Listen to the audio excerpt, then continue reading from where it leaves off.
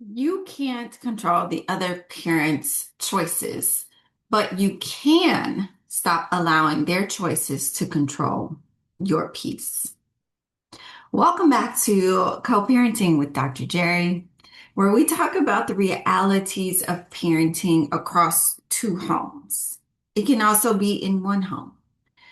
We talk about complicated relationships, and recently we have been talking about the emotional weight that many parents can carry silently. This is whether you're living in the home together or if you're not. Now, many parents hear the advice of, and I give it on the podcast to communicate better, to share the responsibility, to create systems. We talked about this in the last podcast episode, and then to even ask for help. But what happens when the other parent refuses to cooperate? I hear this so much. Like, what if they just don't want to do anything? What happens when you're co-parenting with someone who ignores your messages or just creates unnecessary conflict all the time? We've had those conversations, refuses to take accountability for anything. This could be in relationship or not, or just simply is not involved, which means that you're essentially working as a single parent on everything. So, this episode tonight is going to address the reality that the invisible load does not disappear just because you create better systems. And I'm going to close out this creating systems series of episodes with this episode tonight. Sometimes you have to create systems because the other person is inconsistent. You could be doing well by yourself, as all of us say sometimes, right? I can do bad by myself. But you could be doing well by yourself and you want to involve the other parent, but they just are not consistent like you would like them to be. But the goal is not to convince or try to convince somebody to be um, someone different. Okay. They're going to be difficult, and that's just who they are. You cannot convince them to be someone different. We can't change folks. Well, only God and that person can do that. The goal is to build a parenting structure that, number one, protects the child, your child or your children. Number two, protects your peace. And number three, reduces the amount of emotional energy that you spend trying to manage someone else. You can't do nothing with grown people. Okay. They are going to be who they are. So, in the last episode, we talked about the invisible load of parenting. We talked about some ways you can put some things in place to deal with, the other parents, some systems to put in place for reducing your emotional and mental load as well. So we talked about the load of parenting being that mental checklist that you consistently have in your mind, that emotional labor that comes along with it, and the endless responsibilities that we all have living inside of our minds every day, which eventually affects our body.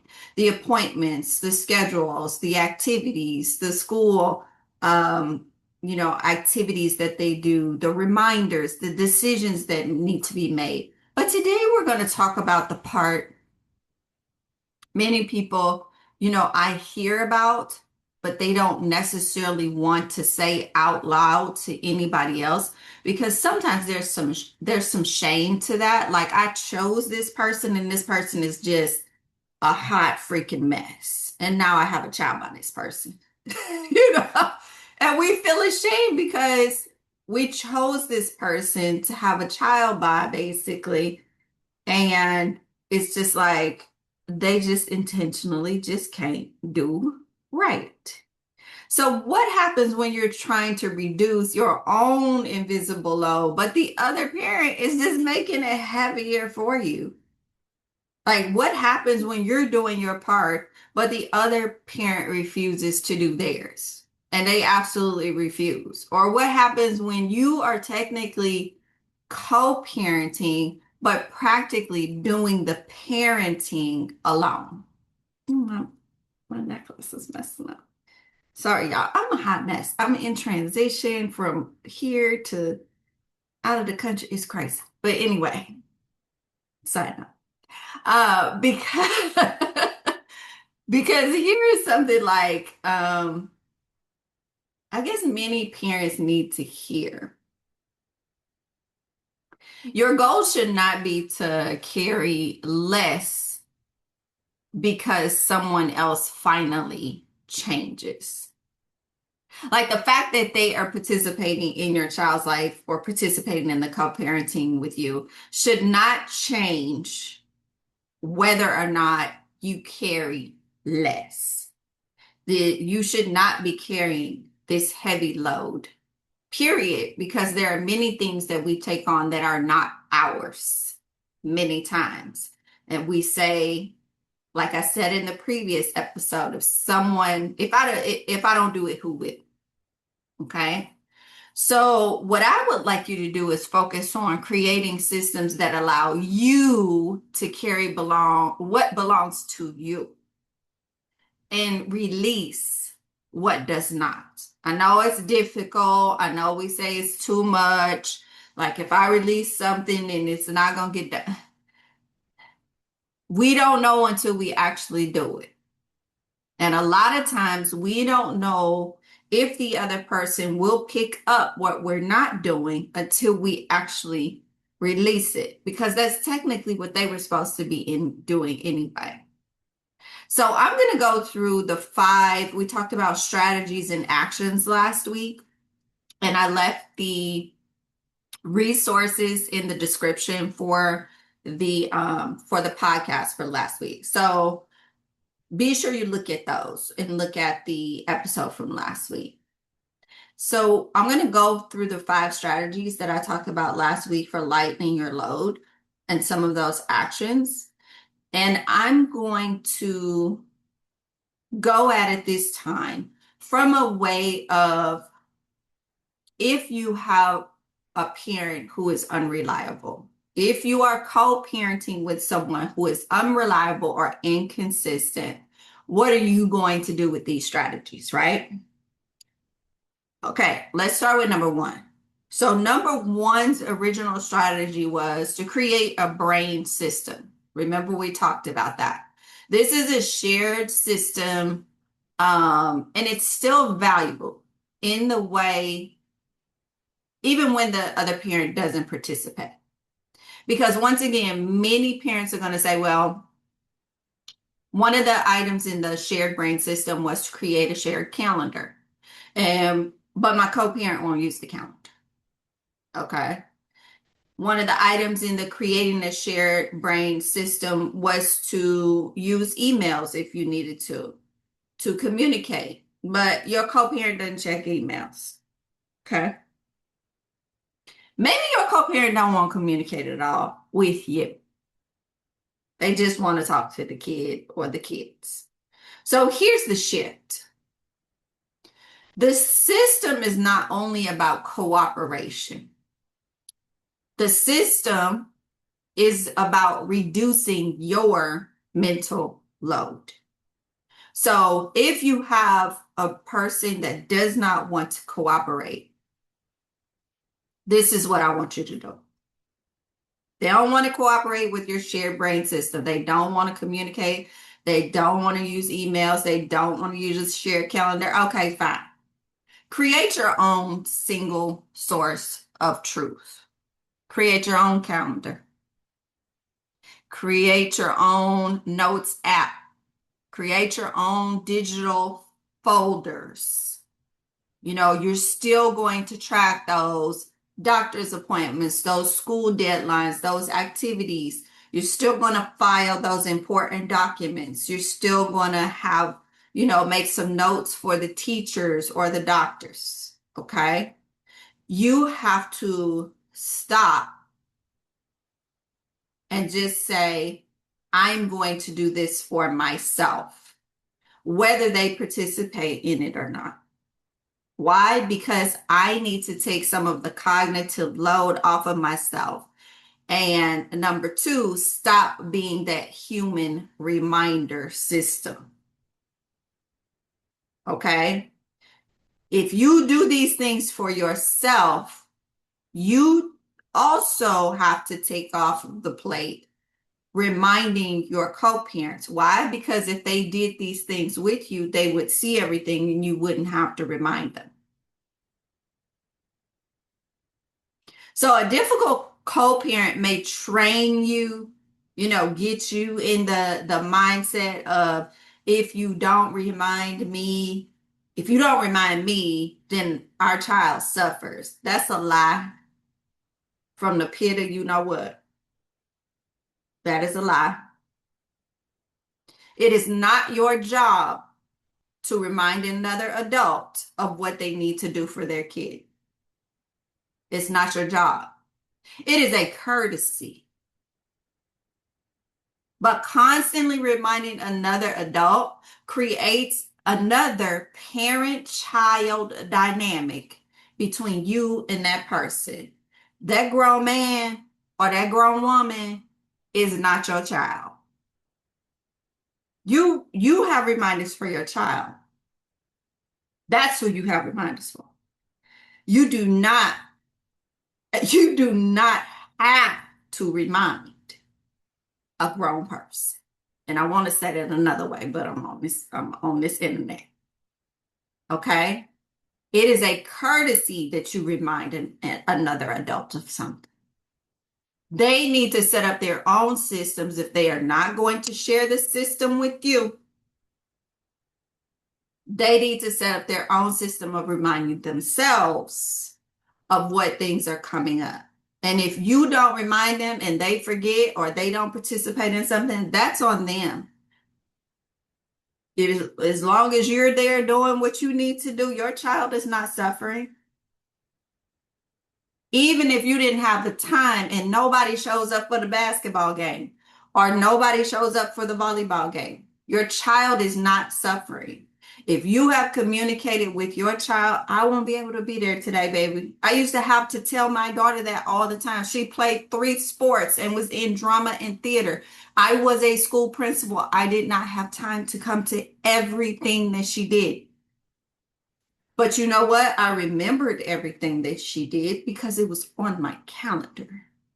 And I would tell her days before, I won't be able to make that, baby. I have a meeting, or I won't be able to, I have something after school, or I just won't be able to get there on time. I might be late. I would communicate with her what I could do. What the other parent could do, not my business. Not my business. Because I'm going to tell you what, as they get older, they recognize if you really wanted to be there or if you just was off doing your own thing. As they get older, it starts to come out. They peep everything. They might not say nothing. Just like me as a teacher or as an administrator, I peep everything. I observe very well. I observe human behavior for over half of my life now. I don't say anything about everything that I see. It's not necessary. Okay? But kids recognize everything. So what I need you to do on this shared brain system piece, create your own system for your appointments and all of that, and stop being a human reminder system for your co-parent. You are not their parent. That is not your child. You remind your kid what they need to do because you're teaching them. You do not remind another adult of everything that they need to do. So the reflection question I'm going to give you, just like I gave you last time, are you organizing your information to create stability for your child and for yourself? Let me say it again. For your child and for yourself. Or are you organizing information to compensate for someone else's lack of responsibility. Which one are you doing? Because it should be the former, not the latter. All right, so let's go on to the second strategy that I had.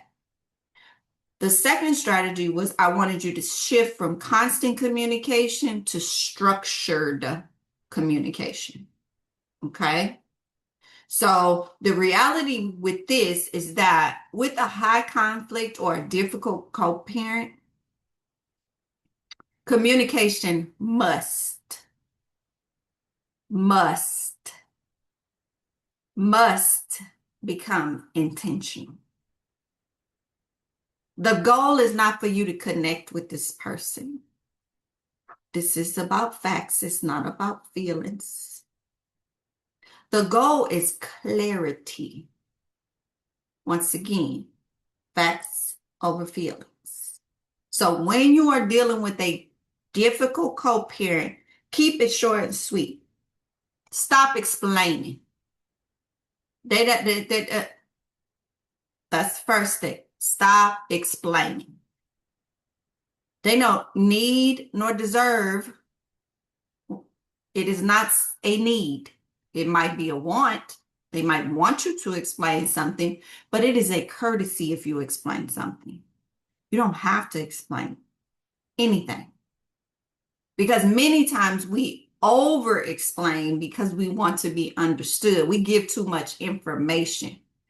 But that difficult parent, all they're going to do is use that information against you. It just becomes a cycle. You explain, then they want to argue. Then you try to explain and clarify, and then they want to argue still and criticize. And then you start defending and getting defensive. The freaking conversation never ends. It never ends. So stop explaining yourself. There's no reason. It is what it is. These are the facts, and that's it. You want it brief, you want informative, and you want neutral. I'm not trying to connect with you in any way. I'm trying to give you information about your child.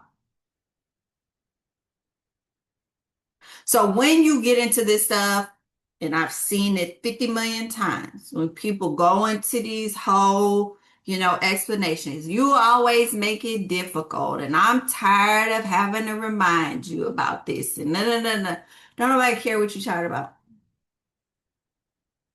And the fact that you're telling a difficult person who want to make your life harder that you're tired of doing something is just going to make them push that tiredness even more. They're going to keep making you tired because they know they can push that button. So instead, if you want to communicate something, keep it simple. The school conference, the peer-teacher conference is Thursday at 5:30. Confirm your attendance by Tuesday. That's it. That's all I need to say. And they're either going to say I'm coming or I'm not. Either way it goes, it don't matter because you're going to be there. So they can't say that you didn't ask or whatever. It was a courtesy that you said it in the first place because maybe your child said, I hope dad comes or something like that. And you're like, oh, well, maybe I should check and see, right? The child don't say nothing, then you ain't got to say nothing either. And I'm going to say it again. Keep it short, brief, informative, neutral. That's it. Don't go into what you're tired of and what they always do. That doesn't matter. That's your feelings.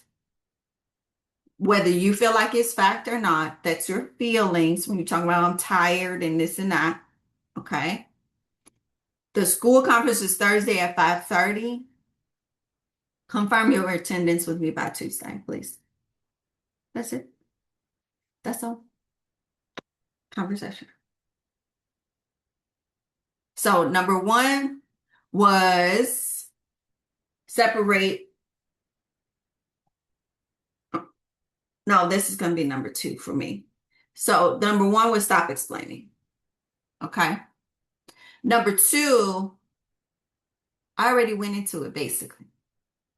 Separate your information from emotion, facts over feelings.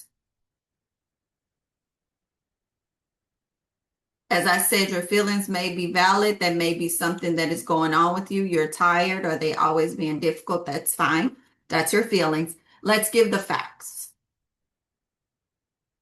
So think about to yourself, does the message that you're trying to give need information or does it need emotional processing? Because those two belong in two different places. Emotional processing belongs with you.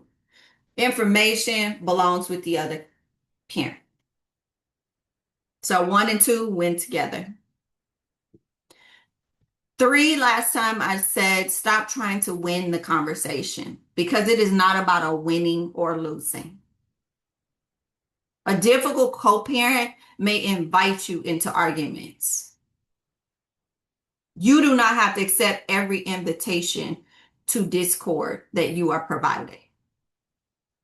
That conversation or that argument might not even have a solution to it. A response is not always required. Being quiet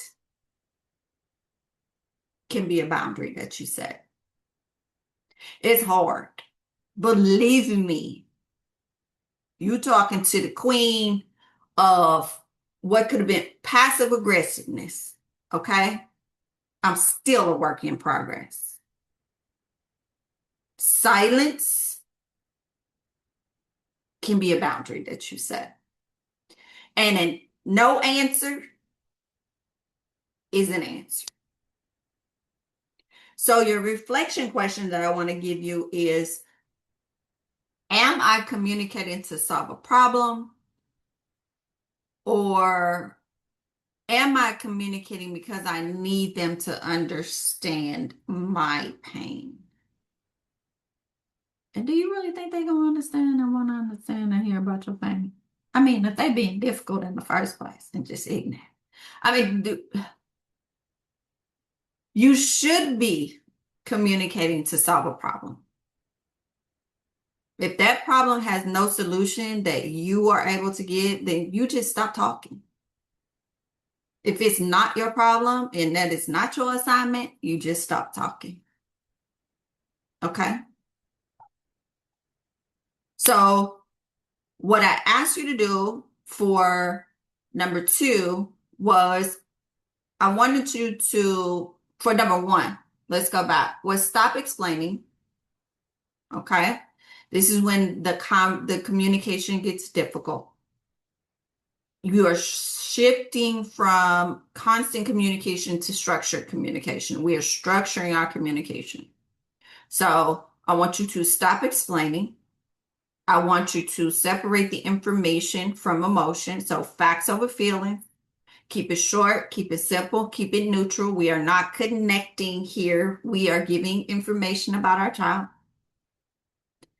And I want you to stop trying to win the conversation because a response is not always required. There is no winner or loser in this, except for your child. If you actually come up with a solution, then they win. All right. Now let's go on to, I think this is strategy number 4. We had 5 strategies last week. Know what is your responsibility. I think that was number 4. So the reality for us is that single parenting and co-parenting are not the same. Let me say again. Single parenting and co-parenting are not the same. I will say that I was co-parenting a good portion of my daughter's life, but I was single parenting pretty much at the beginning, I felt like, because my ex-husband was out of town working for the first few years, I think, of my daughter's life. So I felt like I was single parenting. But some parents are carrying the responsibilities of themselves, their responsibilities, their co-parents' responsibilities, and the emotional consequences of the other parent's choices. So this is where we start to burn out because we're carrying everybody's stuff. When you're thinking about it, you're carrying your child's stuff too. Okay. So I asked you in the last episode to create the three different buckets, like what's your job, what's the shared job of you and your co-parent, and then what's not your job. So let me give you some examples. I wrote down some here I'm going to look at. Okay. So what's your job? Your job simply, these are broad because we could get very specific, but that would never end. So your job is basically loving your child, providing stability during the time that your child is with you, even if that's most of the time, and making responsible decisions. There's a lot of things that can go under that first bucket of your job. Okay. For your shared job with your co-parent, major medical decisions, education decisions, and long-term planning for your child would be your shared job with your co-parent. And then what's not your job? So much, but I don't think we even think about it. Managing another adult's emotions, not your job. Making another person participate, not your job. Protecting the other parent from consequences, not your job. Everybody has to suffer their own consequences for their choices. And fixing their relationship with your child or children, not your job. Everybody has that cross to bear. Okay. So when you say, oh, I want my daughter to have a good relationship with her mother or with her father, so I'm going to do X, Y, and Z. Mm-mm. I'm going to make him participate. I want to do, if I do child support, then he'll participate. Or if I take custody, then maybe she'll get herself together. No, no, not your job. Okay. Let me go back to what your job is. Your job is loving your child or children, providing stability for them or him or her during the time that they are with you, even if it's most of the time, and making responsible decisions. None of that involves you trying to control what is going on in another person's life or with another person. That is not your job. Okay. So, one thing that you really need to understand is that your child or children need consistency. But consistency does not mean that you pretend that two parents are doing equal work when they are not. You don't have to come out and say, well, your daddy ain't doing this or your mama ain't doing that and all that. You don't have to come out just like that either. This is one of those times where silence is a boundary that you have. Because believe me, the children will figure it out very easily as they get older. So the reflection question I want you to give yourself is, what responsibilities have I accepted because I care? but they're actually making me stuck or keeping me stuck. We can care about people all day long. And I said this in the previous episode. I can care about you all I want to. But if you don't care about you, there is nothing I can do. So, what responsibilities have you accepted because you care and you want the best, relational environment for your child or for your children, but that's actually keeping you stuck? I had to ask myself this many times because this is a process that you have to work through, especially when you are um, a overthinker like me, or a person who just, wants everybody to be happy, just, wants us to have the best environment for our child that we can. I never wanted to be divorced. So I felt, shame about it. I felt, like I put my daughter in this certain situation that wasn't good and things like that. For years, I felt that way. So overcompensated for that particular relationship that wasn't what it was supposed to be. And when she got older and she started talking to me about what she noticed and things like that, I was like, oh, that's when it snapped for me. Because I knew from talking to kids in schools all the time that kids recognize a lot of things. They just don't say anything, they internalize it. Okay. So I knew my daughter was taking in some things, but when she started to communicate what she was taking in, I felt at that time, yeah, I can let some stuff go. I got to let it go because it's not my assignment. Okay. Even if that person is your husband or your wife and you are co parenting, that relationship that your husband or your wife has with your kids, not your assignment. That person may be.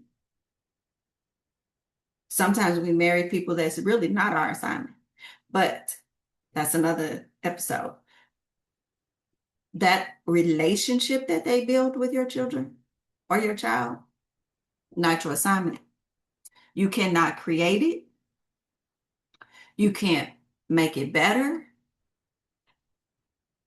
You can't make it worse. That is their cross to bear, not yours.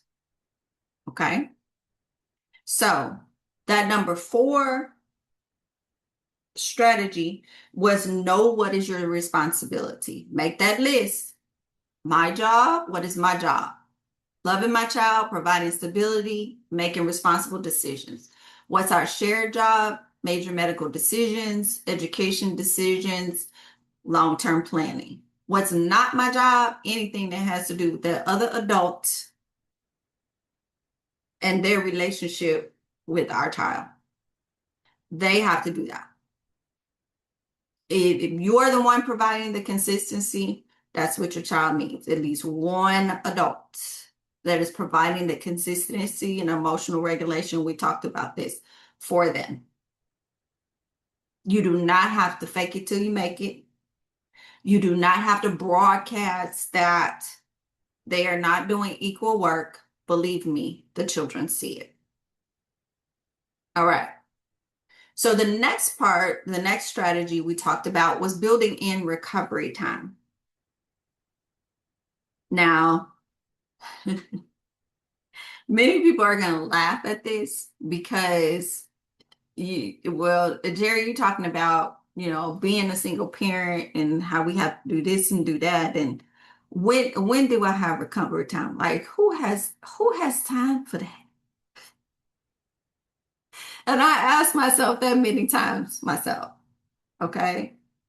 But when you get to the point of exhaustion and your temper starts getting short and you start snapping on people and crashing out and you are living in survival mode for so long, you have to understand that you got to stop. or else you're gonna cause something that is going to be more detrimental to your health. And if you're not here, then who does your child have to depend on? Okay. We have to understand that rest is not selfish. Rest is recovery. And when I started doing CrossFit, really at the age of 38, I think 37, 38, I did it for 10 years. I was a CrossFitter. I did not understand that rest was recovery. All the things that your body does for recovery, cells and blood and all that type of stuff, when you are resting, this is the way our body heals when we're sick and all of that. They tell you to rest. There's a reason for that. Rest is going to improve your ability to parent. When you are rested, you can think clear. When you don't have that rest, you're walking around here foggy. You're walking around here short-tempered. You're walking around here crashing out on people. We have to understand that rest is not selfish. And recovery does not mean that you have to have a vacation day, you got to go spend some money, on a spa day, or you have to have even hours alone. You don't have to have hours alone. I sit at my desk sometimes now and I take a 10-minute brain break. We do it in classrooms, in schools. We have brain breaks for students in classrooms where they play music, they get up and have some movement, or if they go outside, that's what recess outside is for. And they are shortening it, and our kids are getting more short-tempered.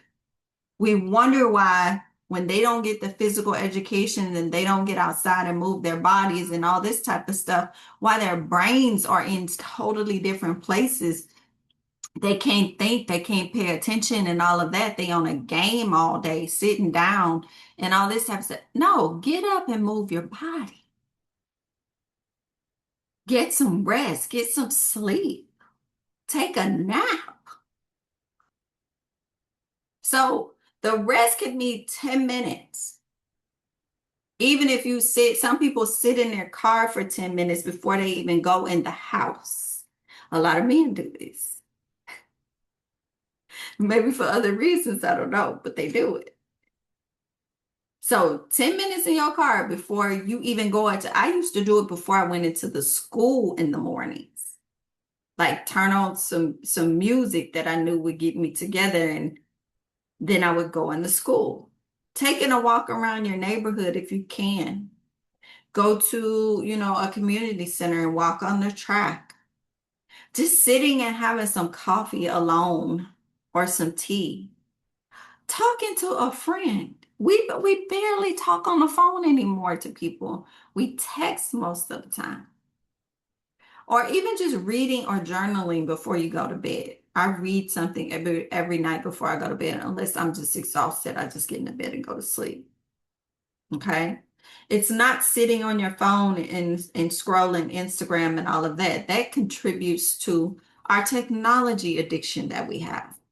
And the light from that, from your phone, messes with your brain waves. It makes you not want to go to sleep for a while. Every time you look at your phone, it takes 20 to 25 minutes to refocus yourself to get to where to. So you looking at your phone even just for 10 minutes. You might as well say you just took a 30-minute, 35-minute break, because your brain is not going to be able to focus on what it is for another 20 minutes. Look it up. So these types of things are the types of things that give you rest and recovery. So what I want you to do is, when you're dealing with a difficult parent and you start feeling overwhelmed, I want you to just stop. Just stop wherever you are and ask yourself, can this wait? Any type of response or any type of whatever. Can this wait? Does this actually need my attention right now today?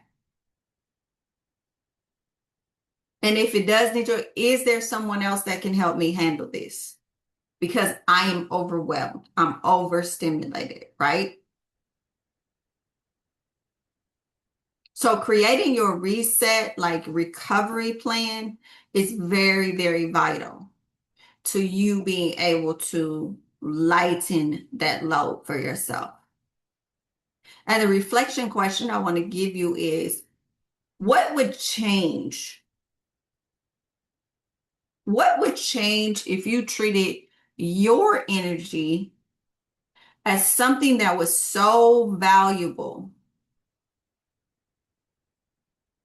that it needed protection? Just like you would treat your child, right? You protect your child. Their child is valuable to you. What about your energy? Because if you don't have the energy for your child, then what happens? So what would change in your relationship with your co-parent if you actually treated your energy as something that's very valuable and it needed protection? You have to protect your energy. All right. So I think I got off on the strategies because I'm to number 5 and I thought I was just on number 5, but it's okay. It's all right. Okay. So the last one was, oh, I remember this. Okay, I remember it. So stop measuring your worth by how much you carry. We talked about this. You are not worth more as a human because you carry everybody's crap. A lot of people like to talk about, oh, I'm doing this for so and so, I'm doing that, I'm doing this because he won't do it, or I'm doing that because she won't do it. It just gives us something to talk about. That does not mean you are worth more as a parent because you carry more. It doesn't. You're a parent. You are worthy regardless, and you are worth infinite amount regardless. You are parenting another human being. Okay. And if you have the belief that if you stop doing everything, everything falls apart, that's an issue. We discussed that. And we said, if you are holding everything for everybody else, what is it for other people to do? Why would they feel like they need to carry anything? If they see you taking care of everything, it's just like a kid. I said this before. If you do everything for them, you make their bed, you clean up after them, you do all these things. What, why would they want to make their bed? Why would they want to clean up after themselves? If you give people that leeway, they are going to take it. I mean, who wouldn't? So what I need you to do is replace, I have to do everything with, I need to do what creates stability for my child.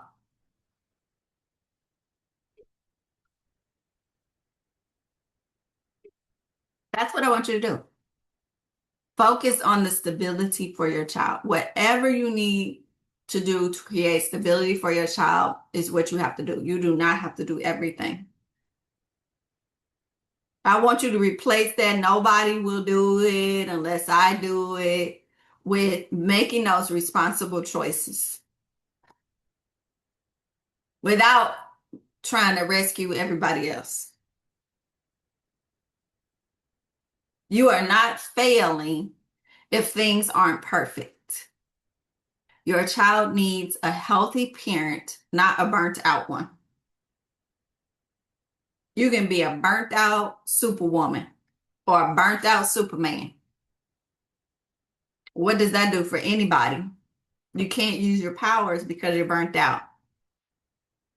We all need to use our superpowers for good. Okay? So do not think that your worth is dependent on how much you care. You are a mother, you are a father. Your worth is infinite beyond measure because you have a human that you are molding to do great things in this world. So your reflection question on that would be, who am I beyond the responsibilities that I carry? A lot of people live within that mother title. And then when the kids go off and they're grown and they have their own families, the mother doesn't know what to do because she is no longer mother. Father, same way. So puffed up about being a father, but when the kids go off and have their own families, what are you then? Are you a husband? Are you a brother? Are you a friend? Are you a cousin? Like, we should not, everything about us should not be about one title that we carry. The titles come and go. Who you are is within you and it stays. So who are you beyond all of these responsibilities that you are carrying as a co-parent? Is the question. Okay, y'all. So if you are co-parenting with a difficult person, or you feel like you're parenting alone, let me just say a couple things. You can protect your peace. Nobody else should be your peace. I know that goes against all this stuff in relationships, people talking about, this person should be your peace. No, they shouldn't. No, they shouldn't.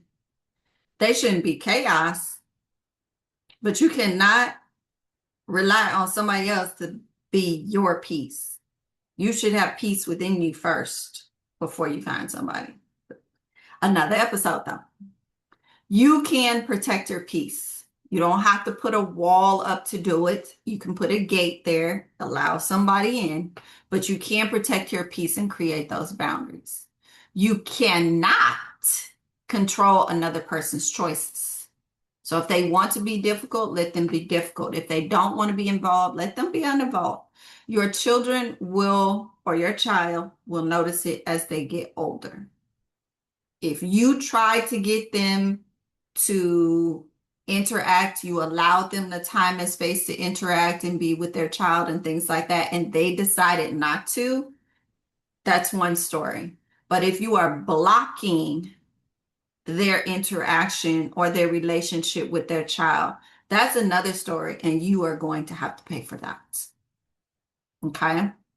Now, if the other person is unsafe, that's, I don't play with safety now.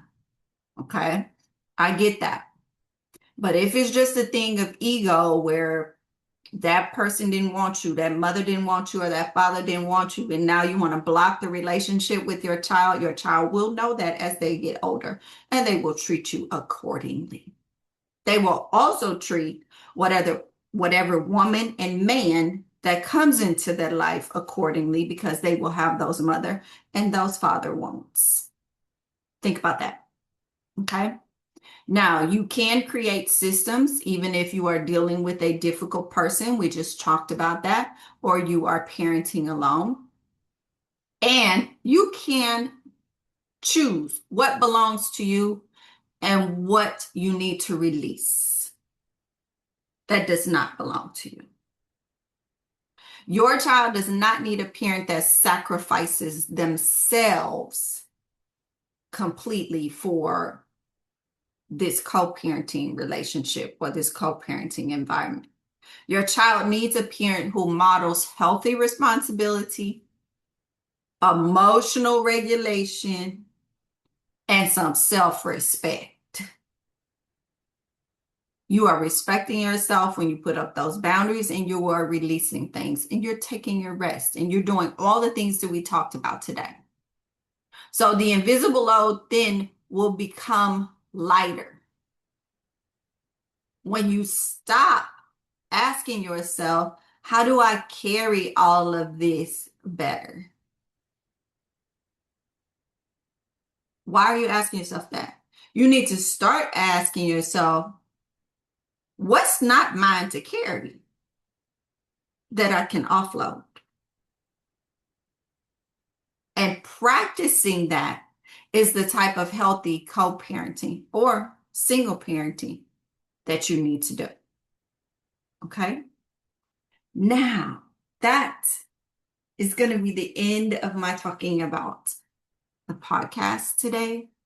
What I would like to transition to is, if you know anyone who this information would be great for, please like, subscribe, share, all the things. And next month, I will be in another country. Okay. So next month's episodes, I may take a little bit off track. I may have a guest speaker. I don't know yet, y'all. I'm just going to be honest. There is so much in this move that is happening right now, and so many things that are going to happen when I hit the ground where I'm going, that I'm just going to have to play it by ear. What I would like, though, is that if you have a topic that you would like to hear for next month, I'm going to be checking to see if I have comments or reflections in these two episodes, these last two episodes that I have. And if you have any topics that you would like to hear about moving forward, please, please, please send me a message or a comment.